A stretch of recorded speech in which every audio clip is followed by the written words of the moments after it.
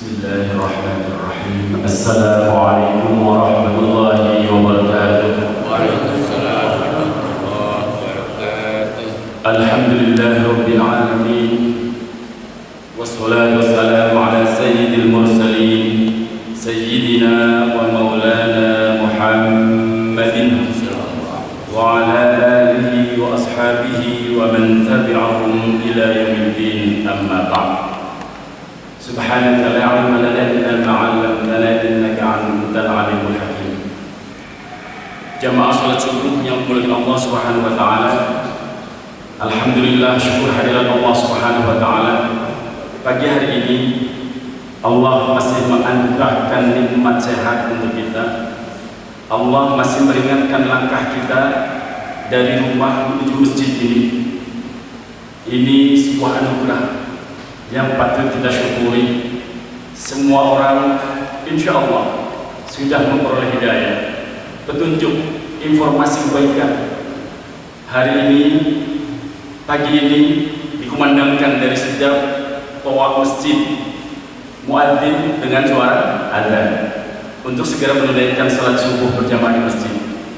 Tapi tidak semua Allah ringankan langkah yang mendengar seruan adzan itu melangkahkan kakinya ke masjid. Alhamdulillah, Allah memilih kita di antara yang diringankan langkahnya menuju masjid ini. Inilah yang disebut atau sering kita sebut dengan taufik dan hidayah. Hidayah sudah sampai, taufik tidak mesti, Pak. Taufik itu pertolongan Allah yang menyertai hidayah hingga kita ringan melaksanakan amal ibadah. Alhamdulillah, pagi hari ini kita mendapatkan keduanya. Amin ya rabbal alamin. Mudah-mudahan duduknya kita di sini dicatat oleh Allah sebagai amalan salihah. Amin ya rabbal alamin.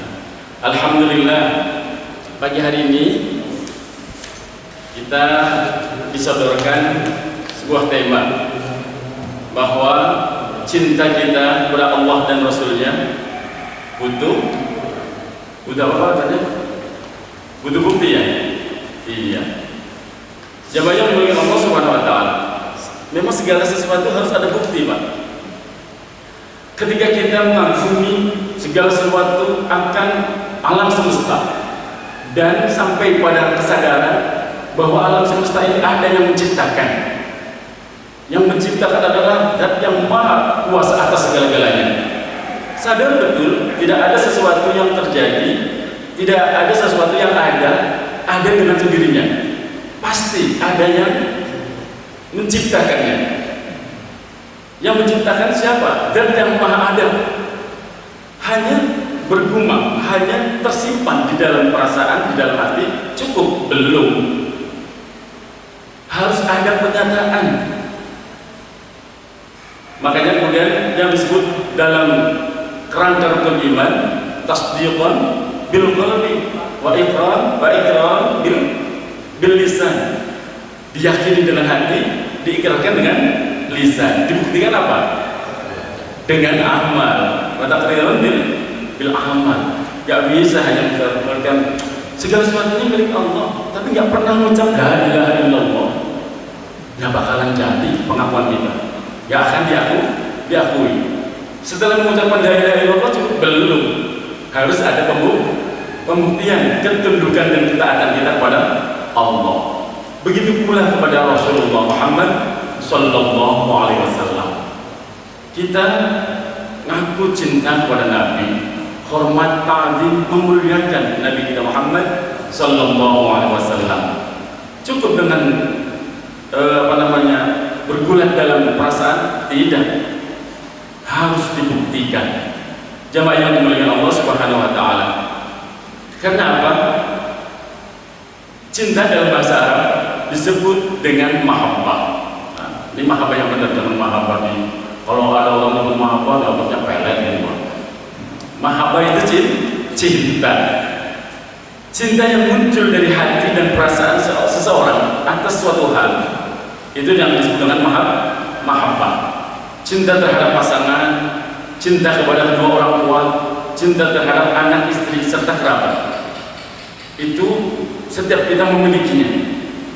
Dan kekuatan cinta mengalahkan kebencian, mengikis permusuhan dan benih-benih konflik. Begitu dahsyatnya cinta. Dan cinta, kata Imam Syafi'i, menggiring orang untuk mengikuti apapun titah sang kekasih, orang yang kita cintai. Innal muhibbi lima yuhibbuni mut'im. Jemaah yang dimuliakan Allah Subhanahu wa taala, sebagian muslim mengaku paling mencintai Rasulullah Muhammad sallallahu alaihi wasallam karena selalu merayakan kelahirannya, sampai-sampai merayakan kelahiran Nabi Muhammad sallallahu alaihi wasallam bukan hanya di bulan Rabiul Awal saja, bukan hanya di bulan Maulid saja, sepanjang tahun Maulidun Nabi. Boleh saja. Yang namanya cinta nggak bisa dibatasi oleh waktu dan keadaan. Nah, kemudian sebagian yang lain mengaku paling mencintai karena apa? Selalu berusaha melaksanakan sunnah-sunnahnya. Mereka tentu jauh lebih baik daripada orang yang tidak mencintai Nabi, tidak merayakan kelahirannya, tidak pula berusaha menghidupkan sunnah-sunnahnya. Kan lebih parah. Katanya cinta Nabi, merayakan nggak mau, hidupkan sunnahnya nggak juga. Lah cinta palsu itu namanya. Cinta palsu. Jemaah yang dimuliakan Allah Subhanahu wa taala. Oleh karena itu, seseorang yang mengaku cinta pada Nabi kita Muhammad sallallahu alaihi wasallam mestinya harus mengenal dulu, Pak. Bagaimana akan tumbuh cinta kalau tidak kenal? Betul baik. Nah, kalau sudah mengenal dengan baik, pasti akan tumbuh cinta. Kalau udah tumbuh cinta, pasti akan ada ikhtiar untuk apa? Meneladani, mengikuti. Kadang kita mau ujuk-ujuk atau ujuk-ujuk, Pak. Tiba-tiba langsung, ayo kita meneladani Nabi. Boleh, sah-sah saja kalimat itu menjadi slogan, nggak apa-apa, bagus-bagus saja. Tapi bagaimana akan meneladani? Cinta aja belum. Bagaimana mau cinta? Kenal juga enggak? Halo? Bener ya, Pak? Kan ada urutannya, Pak Siswan. Misalnya tiba-tiba ada orang lewat, terus Pak Helmi nggak kenal sama orang yang lewat. Tiba-tiba Pak Haji ini bilang, aku cinta kamu. Tabok nggak kira-kira? Kenal juga enggak cinta. Terus bagaimana akan meneladani? Cinta juga nggak ada. Jawabannya dimuliakan Allah Subhanahu wa taala. Maka biasanya orang itu akan berusaha mengenali dulu untuk bisa tumbuh cinta. Para ulama hadirin yang dimuliakan Allah, jamaah salat subuh Masjid Al-Istiqomah. Ada alnya nggak sih? Al-Istiqomah tau? Istiqomah saja ya. Jamaah salat subuh Masjid Istiqomah yang dimuliakan Allah. Para ulama begitu cerdasnya bagaimana menumbuhkan rasa cinta itu dengan cara mengenali Rasulullah SAW agar tidak jenuh, tidak membosankan. Karena apa? Bagi orang-orang tertentu membaca sejarah itu membosankan, Pak. Bagi orang tertentu membaca sejarah itu libur. Tapi kalau orang udah hobi beda lagi ceritanya. Oleh karena itu, para ulama agar bisa menumbuh kembangkan rasa cinta kepada umat akan Nabi Muhammad SAW berusaha memudahkan cara mengenalnya Nabi. Dengan cara apa? Disusunlah sejarah Nabi, surah nabawiyah dalam bentuk syair-syair maulidun Nabi. Maka lahirlah maulidun Nabi Al-Barzanji, lahirlah maulid Nabi Al-Ibai, lahirlah maulid Nabi Syaraful Anam, Adiyamul Lami, Burda, dan lain-lain banyak sekali, Pak. Nah, karena apa? Kalau baca urutan Nabi Muhammad bin Abdullah bin itu baru sanadnya. Kemudian cerita tentang perjuangan Nabi dari sejak sebelum lahirnya, masa kanak-kanaknya, remaja sampai tumbuh dewasa, perjuangannya itu kadang membosankan. Maka para ulama begitu cerdasnya dibikin syair yang indah. Hanya saja nih Pak, Al-Barzanji bahasanya Arab, Diba bahasanya Arab, Burdah Arab, dia ulami Arab, Sarful Anam Arab. Sementara kita orang Jawa, nggak terlalu mudeng dengan bahasa. Bagi yang senang indah aja, maka ketika membaca mengawali Maulid Nabi itu biasanya ya Rabbi shalli ala Muhammad, ya Rabbi shalli alaihi wasallam. Itu apa sih Pak? Itu lagi baca sholawat. Nah, sampai kemudian ada ketika terdapat keadaan mahaluniyah yang ada kalimat yang isfa'lana lana ya habibana. Kadang seperti itu Pak. Andai kita ngerti itu sanjungan plus pengharapan kita kepada Rasulullah Muhammad Sallallahu Alaihi Wasallam. Isfa'lana ya Rasulullah, berikan kami syafaatmu ya Rasulullah. Anta syafa'ah, engkau adalah sang pemberi syafaat kelak di hari kiamat. Cuma kadang-kadang kita nggak ngerti bahasa Arab Pak, dan tentunya yang gitu ya lumayan lah udah ada rasa sukanya daripada nggak suka belas. Akan lebih baik kalau kemudian dipelajari apa sih makna-makna itu.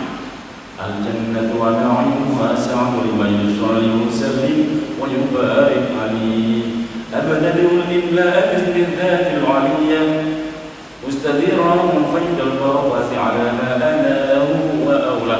Itu sebenarnya cerita tentang Nabi Pak, cuman bahasanya Arab. Nah, bagi orang yang nggak suka, katanya nggak ada tuntunannya, sampai mau justice itu katanya baca sejarah kopi, giliran bahasanya Indonesia dengan sejarah Nabi Muhammad lahir di kota Mekah tanggal sekian, nasabnya Nabi misalnya disebutkan. Nah, dalam beberapa kitab bahwa Nabi adalah Sayyidul Anbiya wal Mursalin, disampaikan dalam beberapa kitab tentang sejarah Nabi, bahwa Nabi Muhammad SAW adalah huwa Muhammad bin Abdullah bin Abdul Muttalib, wasmuhu Abdul Muttalib, Syaibah bin Hashim, wasmuhu Hashim, Umar bin Abdul Manaf, terus sampai pada Sayyidina Adnan, sampai pada Sayyidina Ibrahim alaihissalam. Subhanallah, jamaah yang dimuliakan Allah Subhanahu wa taala, silsilah Nabi, nasabun dasibul uladul ulahu, nasabnya Nabi dari Nabi sampai ke Nabi Ilyas itu ke-17 Pak. Nabi naik ke atas Muhammad sallallahu alaihi wasallam bin Abdullah bin Abdul Muttalib bin Hashim bin Abi Manaf bin Qusay bin Kilab bin Murrah bin Ka'ab bin Lu'ay bin Walid bin Fihr bin Malik bin Nahal bin Nadal bin Kinanah bin Huzaimah bin Mudrikah bin Ilyas. Nah, Ilyas alaihissalam itu Nabi, itu nomor 17 Pak. Nah, dari Nabi Ilyas sampai Nabi Ibrahim itu level ke-61, 62 Pak. Coba bayangin, Nabi Muhammad silsilahnya sangat jelas, mata rantai untainya kabat permata. Karena apa? Semuanya terisi dengan orang-orang yang mulia. Sampai kepada Nabi Adam itu ke-81 Pak, silsilahnya jelas, masih ada. Kalau kita kira-kira punten, kita nih ke atasnya 7 saja, 7 ke atas, hafal nggak? Ketahuan nggak? Silsilah kita Aziz bin Rodi Mudakir bin Jabat, terus minimalnya. Saya akhirnya bongkar ya. Nama saya kan Abdul Aziz R. Mudakir. Biasanya R itu kan di depan Pak ya. Lo R di tengah-tengah. Kalau R di depan itu Raden biasanya Pak, kalau orang Jawa. Lah kalau R di tengah-tengah, Abdul Aziz R. Mudakir, itu rahasia Pak. Lah R-nya di tengah-tengah masalahnya. Iya, padahal itu nama orang tua saya, namanya Rodi. R itu Rodi Mudakir. Mestinya tahu minimal 7 langkah ke atas, orang tua kita itu hafal. Nah kita nggak hafal belas ya Pak, ketahuan juga nggak ada. Nabi Muhammad Sallallahu Alaihi Wasallam sampai ke Nabi Adam AS itu jelas teruntai dengan indah. Jadi nggak diragukan nasabnya. Nah, orang yang mencintai Nabi minimal tahu nasabnya Nabi. Nah, saya mau ngecek dulu nih, benar cinta Nabi ya? Biasanya orang yang mencintai seseorang itu hafal, pasangannya hafal, anak-anaknya hafal. Coba cek ya. Tahu Ahmad Dhani Pak? Istrinya siapa namanya? Istrinya siapa namanya? Ahmad Dhani itu yang pemain musik itu. Istrinya siapa namanya? Hah?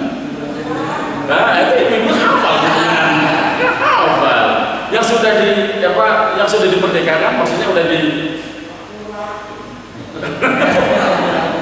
maksudnya lah anaknya sampai si Al-El dulu hafal ibu.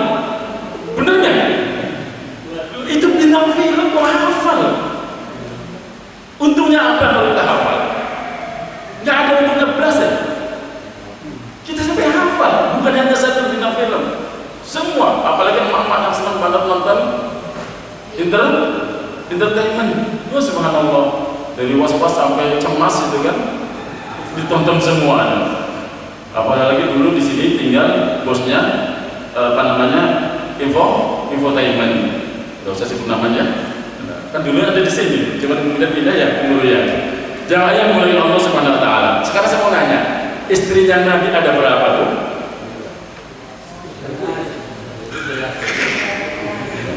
Istrinya Nabi ada berapa? Yuk aja cinta Nabi. Hah? Istrinya Nabi ada berapa? Saya kasih pilihan 9 atau 11. 11 atau 13 pasti bingung. 9 atau 11? 11 atau 13? Loh, selama ini tahunnya cuma 9 ya kan? Pasti begitu. Selama ini tahunnya cuma 9. Coba nanti dijumlah sendiri. Yang pertama namanya Khadijah bin Khuwailid, istri pertamanya Nabi Muhammad Sallallahu Alaihi Wasallam. Istri yang paling pakai panjang Pak, paling bukan paling, pakai mat. Istri yang paling dicintai oleh Nabi hingga beliau itu tidak poligami sampai beliau Siti Khadijah wafat. Jadi kalau ada yang kepengen poligami di sini, nunggu yang pertama.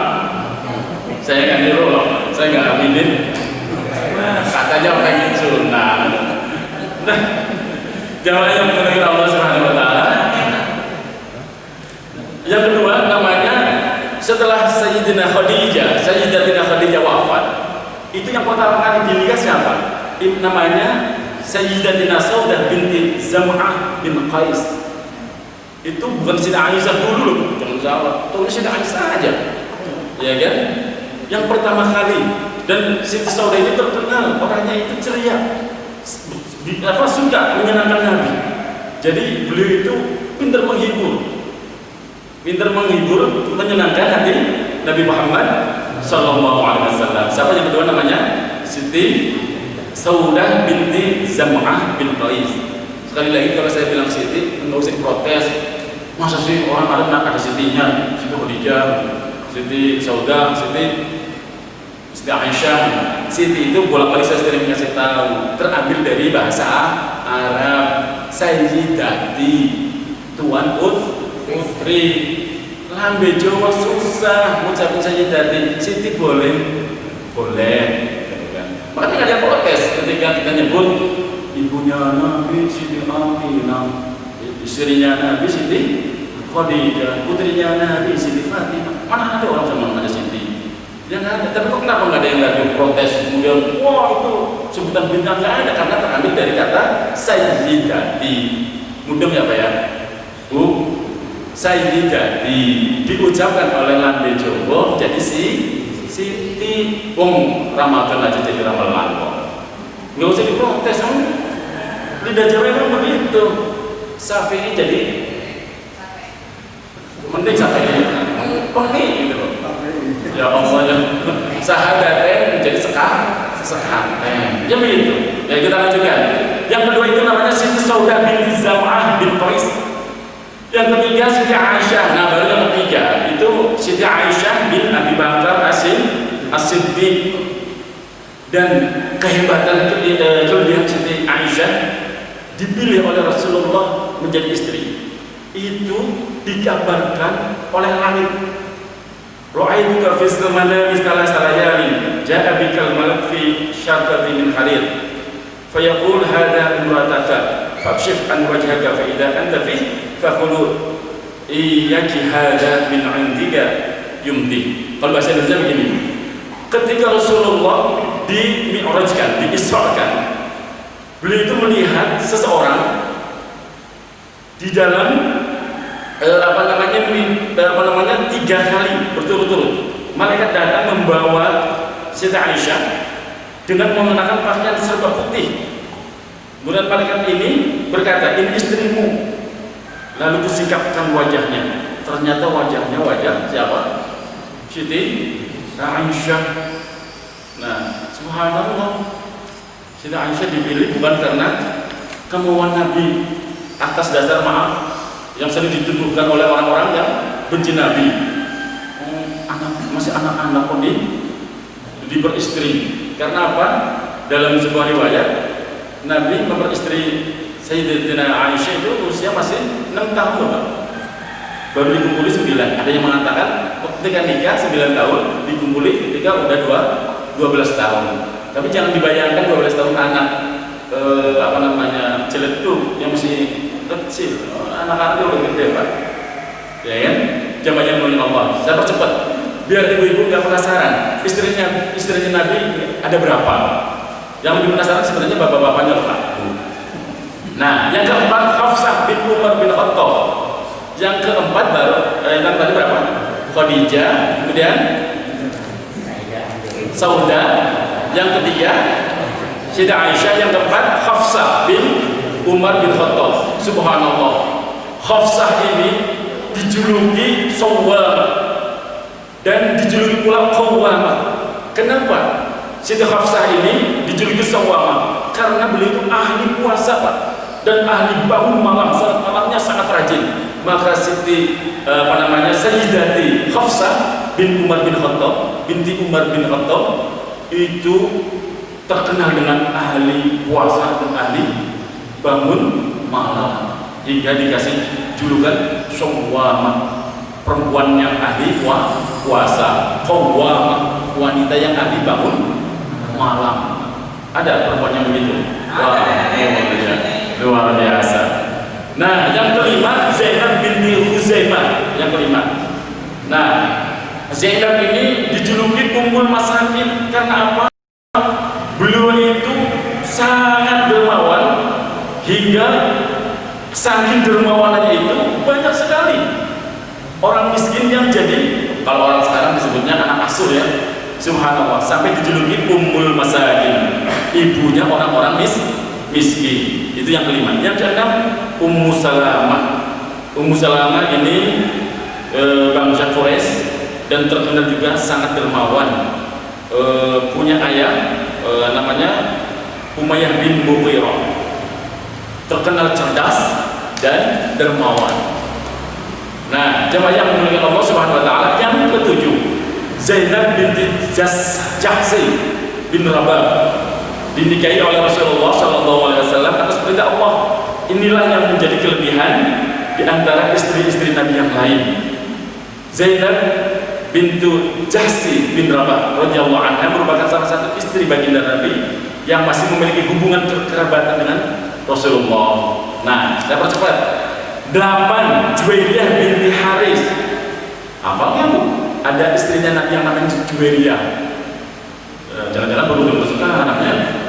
Nah, kemudian istri Nabi yang ke-9 Ummu Habibah bin Abi Sufyan. Ummu Habibah bin Abi Sufyan. Kemudian yang ke-10 Sofia binti Huyai bin Akhtab.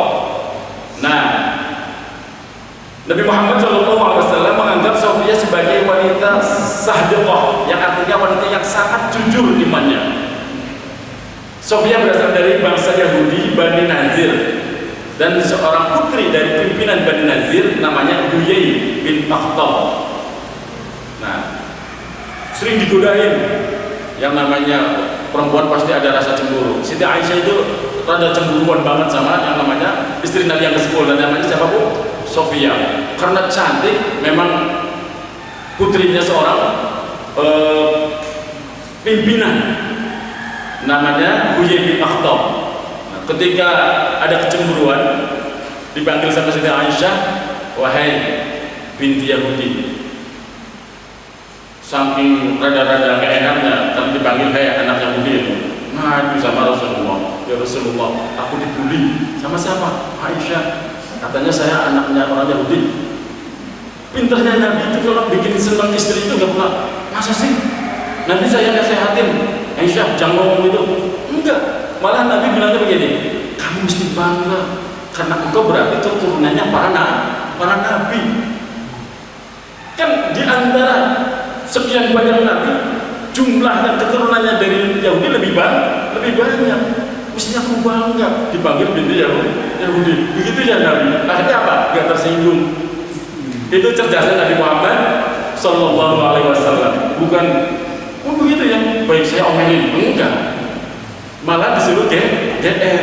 Kamu bersyukur dong dipanggil binti Yahudi, anaknya orang Yahudi, berarti keturunan para nabi. Itu perlu ya, lihat seperti ini, ngadem-ngademin pasangan itu harus dipelajari. Nah, yang ke-11, nama istri Nabi adalah Maimunah binti Haris. Sudah berapa Bu? Sudah 11. Selain 11 istri, beliau juga punya 2 budak wanita. Yang pertama namanya Maryah Al-Qibtiyah. Maryah Al-Qibtiyah adalah seorang wanita yang diterima Nabi sebagai hadiah dari Raja Muqawqis, seorang pimpinan Mesir, sebagai bentuk jawaban dari ajakan Nabi Muhammad untuk memeluk Islam. Nah, belum menerima Islam, tapi kemudian dikasih hadiah. Baik ya, subhanallah, dikasih hadiah perempuan cantik. Nah, dari Maryah Al-Qibtiyah ini Rasulullah punya anak loh, jangan salah. Namanya Ibrahim, tapi usianya hanya 2 tahun meninggal dunia. Punya anak, keren kan? Kemudian yang ke-13, yang kedua maksudnya, budak yang kedua ada namanya Raihanah binti Zaid Al-Quraiziyah. Nah, jumlahnya berapa jadinya sekarang? 3. Selama ini namanya cuma 9. Nah, putra-putri Nabi berapa? Tadi udah kadang saya menurut bahwa yang dari ibu Maryam dia adalah Ibrahim. Putra-putri Nabi berapa ya jumlahnya Bu? Hah? Bukan Al-Qul Bu? Nah, Al-Qasim 1, Zainab, Ruqayyah, Ummu Kulsum, Fatimah dan Abdullah. Plus tadi Ibrahim, putra-putri Nabi jumlahnya tuh 7. Coba dihitung. Al-Qasim, Zainab, Ruqayyah, Ummu Kulsum, Fatimah, Abdullah dan Ibrahim 7. Nah, yang tumbuh sampai dewasa hanya Ruqayyah, Ummu Kulsum dan Fatimah. Yang lain meninggal saat masih kecil. Dan dari 6 ini semuanya putri yang dilahirkan dari istri pertama. Siapa namanya? Siti Khadijah. Dari yang dewasa Ruqayyah dan Ummu Kulsum dan Fatimah itu yang sampai dewasa, sampai nikah. Dan yang diperistri oleh 1 orang itu namanya siapa? Ruqayyah dan Ummu Kulsum. Siapa yang dapat hadiah putri Nabi sampai 2? Utsman bin Affan. Hingga Sayyidina Utsman bin Affan memperoleh gelar Dzunnurain, yang mempunyai 2 cahaya. Pertama nikah sama Ruqayyah, meninggal dunia. Akhirnya apa? Bahasa orang sekarang turun naik ranjang, turun ranjang, terserah istilahnya. Kemudian dikasih lagi sama Rasulullah Ummu Umi Kulsum, loh kok meninggal lagi juga Pak? Subhanallah. Nabi sampai pernah berucap, sekiranya saya masih punya anak lagi perempuan, akan aku nikahkan lagi ke Utsman. Nah, subhanallah. Masalahnya Fatimah udah menjadi milik Ali bin Abi Thalib. Dan yang begini tahu nggak Mbak? Bu, nggak tahu. Loh katanya cinta Nabi. Istrinya aja nggak tahu, anaknya nggak tahu. Ya Allah, jawabannya milik Allah Subhanahu Wa Taala. Ini sekitar wawasan ya, agar kita menjadi tumbuh rasa cintanya kepada Nabi. Harus mengenal. Lah kalau nggak kenal gimana ada rasa cinta? Kalau sudah ada cinta, pasti akan ada ikhtiar untuk menteladani. Nah, jawabannya milik Allah Subhanahu Wa Taala. Selanjutnya saya ingin mengatakan cinta itu butuh bukti hakikat cinta kepada Nabi. Apa? Ada beberapa poin yang harus menjadi pegang kita kalau kita ingin disebut cinta pada Nabi. Yang pertama harus meyakini bahwasanya Rasulullah Muhammad SAW adalah khatamin nabiyyin wal mursalin. Harus ada menjadi akidah, menjadi keyakinan iman kita bahwa Nabi kita adalah khatamin nabiyyin wal mursalin, penutup para nabi dan para utusan. Maka Muhammadun aba ahadin min rijalikum walakin Rasulullah wa khataman nabiyyin. Jelas banget di surat Al-Ahzab ayat 40. Jadi Nabi adalah khatamin nabiyyin. Kenapa ini diperjelaskan?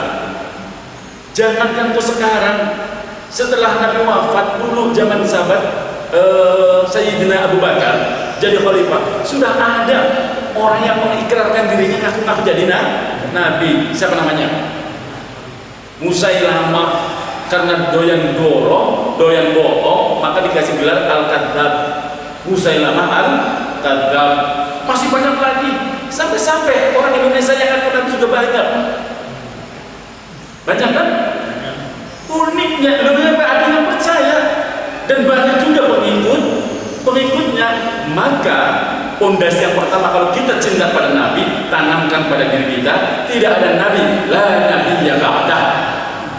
Tidak ada Nabi setelah Nabi kita Muhammad Sallallahu Alaihi Wasallam. Ini penting. Jangan kemudian yang sampai menjadi besar itu yang Ahmadiyah, Mirza Ghulam Ahmad, karena memang disokong karena ada kepentingan politik juga orang India itu. Jangan yang punya Allah Subhanahu Wa Taala. Yang kedua, bukti cinta kepada Nabi. Yang kedua, kita harus berusaha, ada ikhtiar meniru akhlak dan kepribadian Nabi. Tadi di awal yang saya mengatakan laqad kana lakum fi Rasulillahi uswatun hasanah, bahwa pada diri Nabi terdapat uswah, suri tauladan, hasanah yang baik. Nah, kita belajarlah meneladani semampu kita. Wong Nabi juga sudah mengatakan idza amartukum bi amrin fa'tum minhu mastata'tum. Apabila aku memerintahkan pada kalian suatu perkara, suatu urusan, maka laksanakan semampu kalian. Bijak itu bijak Nabi itu. Harus persis dengan saya? Enggak Nabi itu. Mastata'tum, semampumu, tapi ya yang maksimal. Semampumu yang ada itu yang salah Pak. Jadi ini sesuai dengan firman Allah di dalam Al-Quran, fattaqullaha mastata'tum. Kita disuruh takwa kepada Allah dengan semampu kita, tapi yang maksimal, yang sungguh-sungguh. Ketiga, bukti cinta kepada Nabi harus ada apa? Belajar menghidupkan sunnah Nabi. Karena sudah dijelaskan, kul in kuntum tuhibbunallaha fattabi'uni. Apabila kalian ngaku cinta kepada Allah, fattabi'uni, ikuti aku, kata Nabi. Berusaha menghidupkan sunnah-sunnah Nabi. Dan Nabi pun sudah mengatakan dengan sangat jelas dalam sabdanya, man ahya sunnati faqad ahabbani. Siapa yang menghidupkan sunnahku berarti dia cinta kepadaku. Wa man ahabbani kana ma'i fil jannah. Siapa yang mencintai aku dan menghidupkan sunnahku, siapa yang menghidupkan sunnahku berarti mencintaiku. Siapa yang mencintaiku, kata Nabi, kana ma'i fil jannah, dia akan bersamaku di dalam surga. Termasuk menghidupkan sunnah, duduk di majelis ilmu, Pak. Orang yang masih mau datang ke majelis ilmu, masih mendengarkan, masih mau mendengarkan nasihat dari para ustadz, para kiai, orang alim, itu tandanya hati orang tersebut lembut, Pak. Catat baik-baik, gak laki, gak perempuan, kok masih mau datang ke pengajian, masih mau nyimak nasihat-nasihat yang bersumber dari Al-Quran dan Sunnah, dan contoh-contoh perilaku orang-orang soleh diceritakan, tandanya hatinya masih lembut, masih peka, masih gampang dinasehati. Kalau orang, naudzubillah, kok sudah gak mau datang ke majelis taklim, ngapain? Paling juga disinggungin, paling juga disindir-sindir, pasti hatinya atos. Atos bahasa Jawa, Pak, bukan atos bahasa Sunda. Kalau atos bahasa Sunda itu kan Sundahan ya, atos. Hatinya keras gitu kalau bahasa kitanya. Coba yang dimuliakan Allah Subhanahu wa taala. Betapa penting, Pak, kita mohon kepada Allah agar hati kita dilembutkan. Subhanallah. Orang yang benar-benar masih mau datang ke tempat ngaji ini, insya Allah hatinya itu mudah untuk dinasihati, termasuk untuk anak-anak kita. Dorong anak-anak kita, walaupun belum bisa melaksanakan apa yang kita dapat dari pengajian. Saya sering bilang ke anak-anak muda, kalau pas lagi ngisi pengajian anak-anak muda, saya bilang, ngajilah walaupun kalian belum bisa melaksanakan. Minimal apa? Ini suatu saat akan jadi map, petunjuk jalan pulang kepada Allah. Maksudnya apa? Kalian tidak akan pernah muda selamanya, pasti akan tua. Wayahnya tua, kemudian sadar itu sampai ke insannya itu udah ada, sudah tahu caranya sholat karena dulu pernah ngaji, sudah tahu caranya ibadah karena dulu pernah ngaji. Bahayanya begini, malah ngaji-ngaji apa? Giliran insan nggak tahu caranya sholat. Makanya saya kalau nuntut anak-anak muda, ayo ngaji, walaupun belum bisa mempraktekkan. Saya pernah bercerita, Pak, entah di tempat ini atau di tempat lain. Saya pernah membimbing satu rombongan jamaah umroh. Ketika sampai ke Madinah, orang-orang berebut kepengen bisa sholat dan beribadah di mana? Di Raudhah Nabi Muhammad SAW. Dia itu melihat orang berebut ke Raudhah itu bingung, ngapain ya berebut di sana? Nah, akhirnya dia bilang ke saya, Ustaz Aziz, iya, saya kepengen deh seperti orang-orang itu sholat di yang namanya apa tadi, Pak? Raudhah. Boleh. Kalau pengen di sana, ikutin saya. Nanti jam 3 atau jam 3 malam udah kepagian. Jam 2 pagi sudah di depan Babus Salam. Pintu Babus Salam. Pas dibuka, masih ingat Pak ya? Waktu kita kesana bareng-bareng, belum ya? Nah, kan jam 2 itu dibuka. Namanya pertama kali dibuka, walaupun rebutan masih bisa dapat, Pak. Saya ajak orang tersebut dapat di posisi Raudhah yang paling pas lah. Kalau pagi begitu kan nggak khawatir di usir-usir sama askar. Nah, orang sampai di Raudhah menikmati betul, Pak. Mumpung mumpung di Raudhah, semua jenis sholat dilaksanakan bagi yang paham. Sholat taubat, sholat hajat, sholat semuanya, sholat mutlak dikerjakan. Capek sholat, baca Quran, selesai baca Quran, baca sholawat, semuanya. Nah, orang yang saya ceritakan tadi kemudian berbisik ke saya, Ustaz, iya, orang-orang itu kok saya perhatikan sholat terus berhabis-habisnya. Emang sholat apa ya? Nah, loh, sudah sampai di situ baru nanya itu sholat apa? Apa ngeri banyak seperti ini? Ini apa? Karena nggak pernah ngaji. Kalau dulu minimal pernah ngaji waktu masih bandel, masih nakal, masih beli. Itu orang sana, Pak, orang sana bukan orang yang di sini. Yang di sini mau jalan jangan nuduh begitu. Misalnya Ustaz Azhar itu nuduh, enggak nuduh, ini mah ngepasin. Enggak, ngepasin lagi ya. Itu subhanallah, kalau dulunya pernah ngaji, waktu masih beli, waktu masih nakal, waktu masih muda, ketika datang usia sudah tidak muda lagi, mau insaf, mau taubat, sudah tahu caranya gitu loh. Jangan sampai seperti itu, sudah sampai di sana, baru nanya, itu sholat apa? Ya Allah, jujur saja kejauhan tapi sambil nangis. Ya Allah, ya Allah. Sudah sampai di sana baru nanya, itu sholat kok nggak harus habisnya. Memang pada sholat apa sih? Dan itu sampai nggak ngertinya, Pak. Ya Allah. Dan itu ada yang seperti itu. Bahkan itu masih banyak. Karena berumrah kan modal duit. Maka benar kalau misalnya ada kiai saya itu. Sekarang saya mau tanyakan ke Bapak Ibu semuanya. Ada orang datang ke Bapak Ibu, minta didoakan mau menunaikan umrah atau haji atau umrah, minta didoakan biar haji dan umrahnya mabrur. Kira-kira didoakan nggak Pak? Halo? Jawab Pak, nggak salah juga dia apa-apain. Ada orang datang ke Bapak Ibu mau haji dan umrah, minta didoakan biar hajinya mabrur dan hajinya dan umrahnya mabrur. Didoakan nggak? Didoakan. Bagus. Sekarang ilustrasinya begini, ada orang mau nyebrang sungai, ya, dalam sungainya orang ini nggak bisa renang, datang ke bapak-bapak, minta didoakan agar renang ke seberang selamat, didoakan nggak? Nggak bisa renang ya Pak? Didoakan nggak biar selamat? Didoakan? Nggak bisa renang?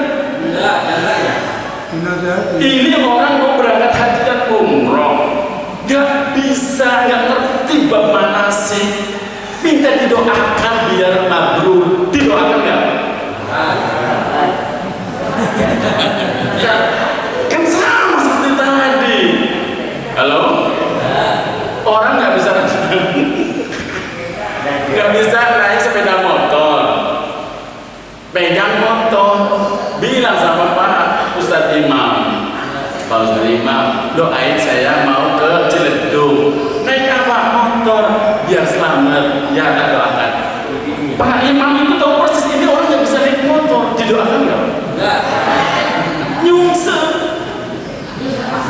Didoakan boleh, namanya didoakan. Tapi bagusnya bilang, Pak ngaji dulu, gitu loh. Pak belajar dulu, kuasai dulu ilmunya, betul? Biar nanti hajinya juga mabrur, umrohnya mabrur, naik motornya selamat, nyebrangnya selamat. Kasih tahu ilmunya, suruh belajar dulu. Setelah itu baru didoakan. Udah didoakan tapi nggak disuruh belajar. Nantinya seperti tadi, sudah di sana ada orang muter-muter ya, ngelilingin Ka'bah. Itu maksudnya apa? Itu tawaf, maksudnya gitu. Harus tahu ilmunya. Itu ya, nanti pertanyaannya di belakang saja. Saya tuntaskan ngajinya dulu. Baik, biar semangat. Saya senang kalau ngaji saya itu direspon. Baik. Selanjutnya, bukti cinta kita pada Nabi yang berikutnya adalah belajarlah mencintai Nabi, melebihi cinta kepada diri sendiri, keluarga dan harta benda. Ini berat Pak. Perhatikan, kalau kita mencintai Nabi, maka harus membuktikan dengan apa? Lebih mencintai Nabi daripada cinta kepada diri sendiri, keluarga dan harta. Jangankan kita Pak, Sayyidina Umar dulu sempat iskal, sempat nggak nyambung. Masa sih harus lebih cinta pada diri, keluarga dan harta? Tapi ketika Allah kemudian menurunkan surat At-Taubah ayat 24 yang berbunyi, Qul in kana aba'ukum wa abna'ukum wa ikhwanukum wa azwajukum wa ashiratukum wa amwalun iqtaraftumuha wa tijaratun takhshawna kasadaha wa masakin tardawnaha ahabba ilaykum min Allahi wa rasulihi wa jihadin fi sabilihi fatarabbasu hatta ya'ti Allahu bi amrihi wallahu la yahdil qaumal fasiqin. Itu yang menegaskan Allah sendiri Pak. Katakan wahai Muhammad, jika bapak-bapak, anak-anak, saudara-saudara, istri-istri, kaum keluarga, harta kekayaan yang kamu usahakan, perniagaan yang kamu khawatirkan kerugian, rumah-rumah tempat tinggal kamu lebih kamu sukai, lebih kamu cintai daripada Allah dan Rasulnya, dari berjihad di jalannya, maka tunggulah sampai Allah mendatangkan keputusan. Jadi yang menyuruh kita mencintai Nabi lebih dari segala-galanya siapa? Allah. Nah, termasuk ketika yang kita cintai dihujat, dihina, dibikin karikatur, ya kita harus marah, Pak. Masa orang yang kita cintai dilecehkan kok kita diam saja? Ya minimal marah. Dan perintah jihad di dalam Al-Quran yang pertama ada wajahidu apa coba? Bi amwalihim wa anfusihim dulu apa amwalihim dulu Pak? Wajahidu bi amwalihim, berjihadlah kalian dengan harta kalian, harta mereka, maksudnya kita semua. Nah, nggak bisa melawan dengan sesuatu yang sifatnya physically, ya dengan harta. Makanya ketika ada yang mengajak impor, tapi yang kita harus kreatif sebagai umat Islam. Untuk alternatifnya harus ada. Jangan minum tidak ada pilihan lainnya, repot. Ya kan? Makanya jadilah muslim yang kreatif. Jadi jujur Pak, saya itu sering ngisi di satu tempat. Kalau saya sebut, ini kan lagi direkam ya, saya nggak sebut namanya. Tapi di tempat itu semua kebutuhan manusia hidup diproduksi. Dari sabun, sampo, sampai alat ngepel, sampai semuanya diproduksi di situ. Kalau saya habis ngisi di situ, isinya 1 jam, wah dibawain 2 tank, dus, isinya semuanya ada. Semuanya ada. Ya Allah, semua kebutuhan manusia ada di situ diproduksi. Berarti kalau semua beli produk itu, duitnya kumpul ke situ. Dan yang siapa yang punya produksi itu? Ya bukan orang kita ya. Bukan orang kita. Kemudian kita teriak, baik kok, gantinya mana gitu loh. Maka yang monggo umat Islam yang sudah mapan secara ekonomi bikin gitu loh, untuk jadi pilihan, bukan alternatif lagi. Biar umat Islam ada pilihan. Jadi jangan pakai itu, tapi nggak ada gantinya, ya repot. Pajang perencanaan terus apa? Dilepas gitu. Kan harus ada alternatifnya, sarung misalnya Pak. Jangan pakai sarung, ada gamis, ada pilihan. Jadi kalau misalnya kita ingin memenangkan kompetisi ini dalam dunia ekonomi, ya mari bangkit secara ekonomi. Tapi tetap kalau toh kita belum bisa melawan itu, harus ada hati kita itu minimal banget. Hati kita itu merasa tersinggung, marah, sakit hati ketika yang kita cintai dikurang ajarin. Nah, ini yang ramai di Prancis. Jamaah yang mulia Allah Subhanahu wa taala. Yang berikutnya, kalau kita mencintai Nabi, berbanyaklah membaca sholawat kepada Nabi. Innallaha wa malaikatahu yusholluna 'alan nabi ya ayyuhalladzina amanu shollu 'alaihi wa sallimu taslima. Jamaah yang mulia Allah Subhanahu wa taala, sholawatnya seperti apa? Apa saja? Ketika ayat ini turun, ya ayyuhalladzina amanu shollu 'alaihi wa sallimu taslima. Wahai orang-orang yang beriman, bersolawatlah kamu untuk Nabi dan ucapkan salam penghormatan kepadanya. Para sahabat juga bertanya, ya Rasulullah, kaifa nusolli 'alaika? Bagaimana kami bersolawat kepadamu? Dijawab oleh Rasulullah, qulu Allahumma sholli 'ala Muhammad. Ini yang diajarkan oleh Nabi. Redaksi yang persis ada di dalam hadis itu seperti itu. Allahumma sholli 'ala Muhammad. Terus sampai di kita para ulama membiarkan dan bahkan mencontohkan ketika baca sholawat bukan hanya persis begitu. Allahumma sholli 'ala sayyidina Muhammad. Boleh. Bahkan plus ketika kita bersolawat di luar sholat ya, di luar sholat. Kalau di dalam sholat Allahumma sholli 'ala Muhammad wa 'ala ali Muhammad. Kalau di luar sholat macam-macam. Sampai kemudian ada sholawat disebut sholawat Nabi, sholawat pujian, sholawat tinggal kulum, sholawat fatih, sholawat badan, banyak sekali sholawat. Itu boleh yang dibaca, boleh. boleh, wong di luar sholat loh. Dan itu isinya plus doa, munajat, pengharapan. Coba kemarin lagi rame-ramenya di awal-awal, paling favorit sahabat apa coba? Tibil, Allahumma sholli ala sayyidina Muhammadin tibil qulubi wa dawaiha wa afiyah. Itu sempat favorit itu, rame menjadi doa pengharapan agar dijauhkan dari bala, dari musibah. Nah, yang paling zaman saya kecil di Jakarta itu di radio Asy-Syafi'iyah, Kiai Abdullah Syafi'i itu paling senang mengumandangkan sholawat apa? Asriyah. Allahumma sholli ala sayyidina Muhammad wa ajlil zalimin bil zalimin wa akhrijna min bainihim salimin wa ala alihi wa sahbihi ajmain. Itu semuanya ada sanadnya Pak, ada tuntunannya, dan bisa dipertanggungjawabkan oleh beliau-beliau yang mengajarkan. Dan dari sholawat-sholawat itu ada yang benar-benar disusun di depan Rasulullah Muhammad SAW. Wah, ini kalau diceritakan panjang kali lebar Pak. Tapi intinya kalau kita nggak suka sholawat yang panjang-panjang, ya udah jangan bilang itu salah gitu loh. Kita sukanya yang pendek, Allahumma sholli ala Muhammad, ya monggo, silahkan. Nggak ada perlu kemudian hanya beda saya pakai Sayyidina yang dia enggak kemudian jadi gaduh, nggak boleh. Ya nggak boleh itu nggak pernah baca sholawat. Itu aja lah intinya. Baik, yang berikutnya, belajarlah bersikap santun kepada Nabi dengan adab ketika menyebut nama Nabi Muhammad Sallallahu Alaihi Wasallam. Kalau sudah kata Muhammad, belakangannya ada Sallallahu Alaihi Wasallam, ada yang Sayyidina Muhammad. Seperti itu. Karena apa? Ada asbabun nuzul, ayat yang berbunyi la taj'alu du'a ar-rasul bainakum ka du'a ba'dikum ba'dha. Itu dulu Sayyidina Abbas Pak.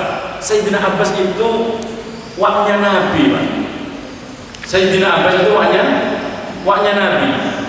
Itu dulu karena merasa Nabi itu ponakannya, yang dipanggilnya nama langsung. Allah nggak ridho Pak. Kemudian ditegur la taj'alu du'a ar-rasul bainakum ka du'a ba'dikum ba'dha. Janganlah kalian memanggil nama Rasul dengan seperti memanggil di antara kalian. Misalnya Pak Imam manggil Aziz, ya nggak apa-apa mau Aziz. Saya manggil Pak Imam, Mam misalnya. Kita manggil Pak Imam aja pakai Pak kok, nggak langsung nama. Apalagi Pak Imam misalnya suatu saat misalnya beliau adalah seorang wali kota, manggil misalnya tuh, misalnya yang bagus. Panggil Pak Pak Wali Kota aja, Pak Wali. Jangan jauhlah Pak Wali, Pak RT, pakai gelarnya. Subhanallah, jemaah yang dimuliakan Allah Subhanahu wa taala. Kemudian beberapa aja lagi saya tambahin. Cinta kita pada Rasulullah juga dibuktikan dengan apa? Selalu berharap untuk bisa melihat beliau dan rindu berjumpa dengan beliau.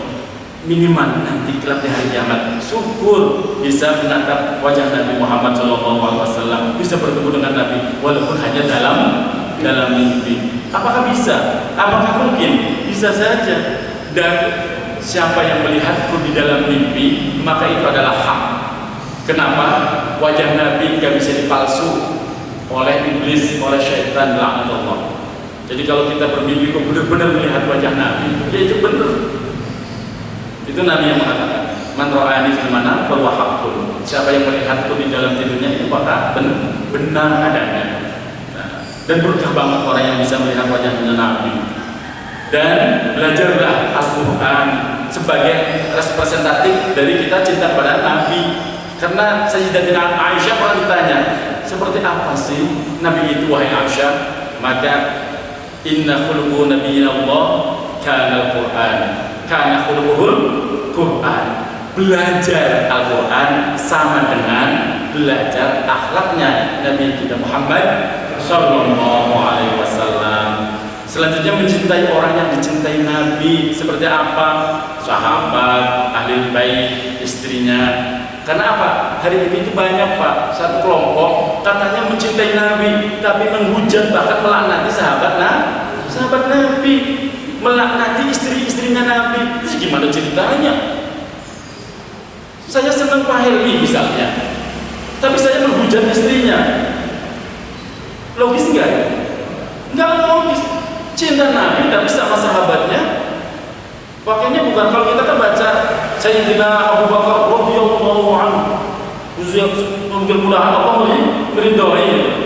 Lah ada sekelompok paham kalau nyebut Abu Bakar, Umar, Utsman itu laknatullah, ya Allah dilaknat. Itu gimana ceritanya? Kata-kata cinta malah di orang-orang yang dicintai oleh Nabi malah dilaknati. Cinta palsu itu Pak. Cinta palsu. Nah, yang terakhir, jamaah yang dimuliakan Allah Subhanahu wa taala, belajar membenci orang-orang yang membenci apa yang dibenci oleh Allah dan Rasulnya. Yang pasti kemaksiatan yang dibenci oleh Allah dan Rasulnya. Ya, kita belajarlah membenci. Terus apa manfaatnya sih Pak? Kita membangun rasa cinta pada Allah dan Rasulnya. Wabil khusus dalam hal ini membangun cinta pada Rasulullah SAW. Tujuannya satu, yang pertama, agar kita bisa merasakan manisnya, nikmatnya beribadah kepada Allah. Itu satu.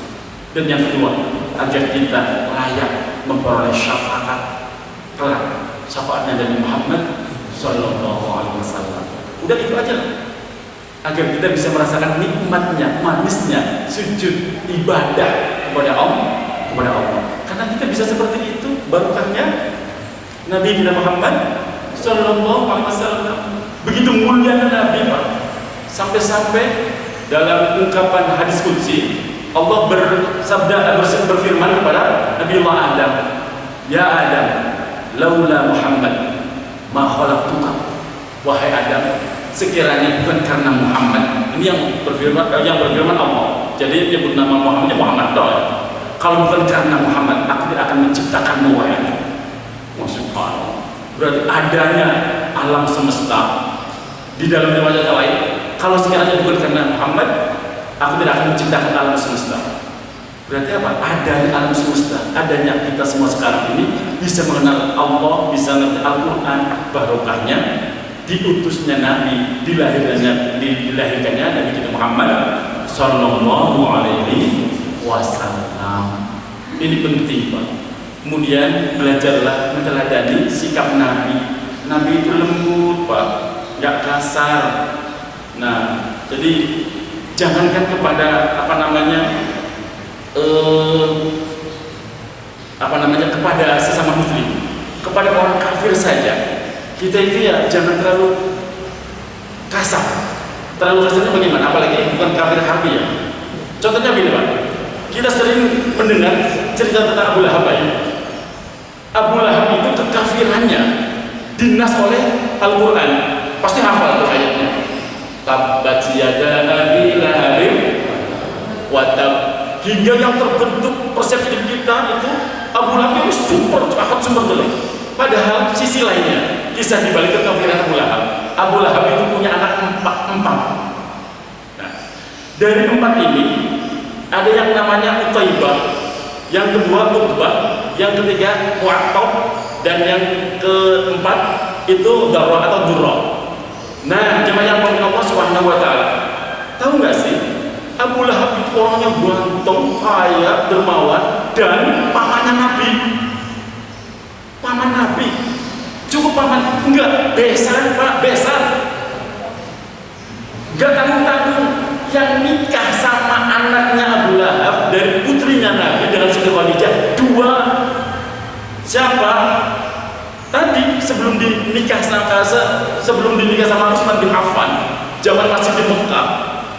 Yang namanya Utaibah itu suaminya Ummu Kulsum, putrinya Nabi.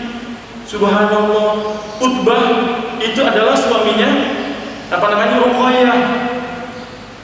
Karena ketahuan Nabi itu mendakwahkan agama tauhid, suruh diceraikan semua itu sama Abu Lahab ke anak-anaknya. Kurang ajar. Untung belum disentuh Pak. Jadi apa istilahnya? Janda Tidak ada teman-teman. Di kemudian hari kemudian dinikahkan sama Sayyidina Utsman. Nah ini sisi lainnya. Dari 4 putra putrinya Abu Lahab, 3 itu mukmin Pak, Islam. Yang terbawa kafir seperti ayahnya yang namanya Utbah saja.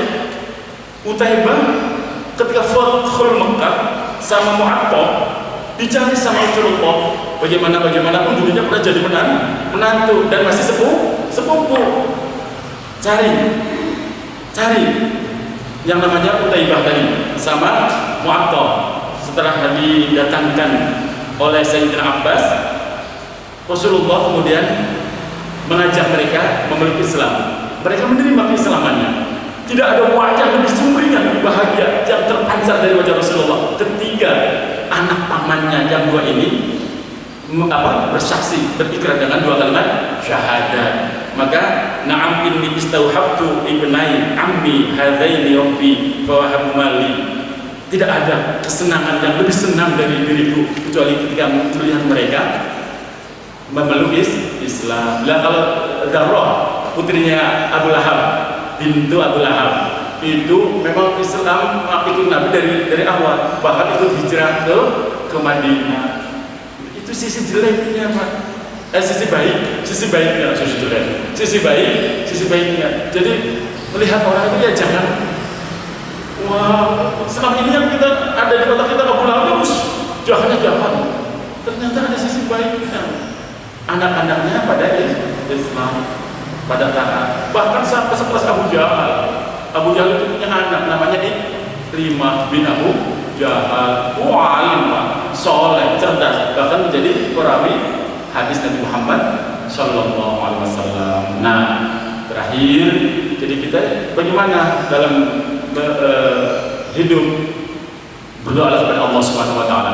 Hidayah yang sudah ada di dada kita terjaga istiqomah sampai ila yaumil maut. Kita mati dalam keadaan biqauli sabit la ilaha illallah Muhammadur Rasulullah, iman yang kokoh, yang kuat. Dan kita melihat orang yang belum baik, yang belum taat, apalagi yang masih kafir, ya jangan kemudian merasa wah dia pasti sesat. Kemudian mudah-mudahan mereka juga dapat hidayah. Kita doakan itu lebih baik. Kecuali memang yang harbi, yang sampai memusuhi dan memerangi kita, ya Allah, itu judulnya. Memang tapi ada tahapannya. Ini yang dapat saya sampaikan, mudah-mudahan bermanfaat. Tadi ada yang ingin bertanya, silakan Pak. Saya tadi udah angkat betul. Silakan.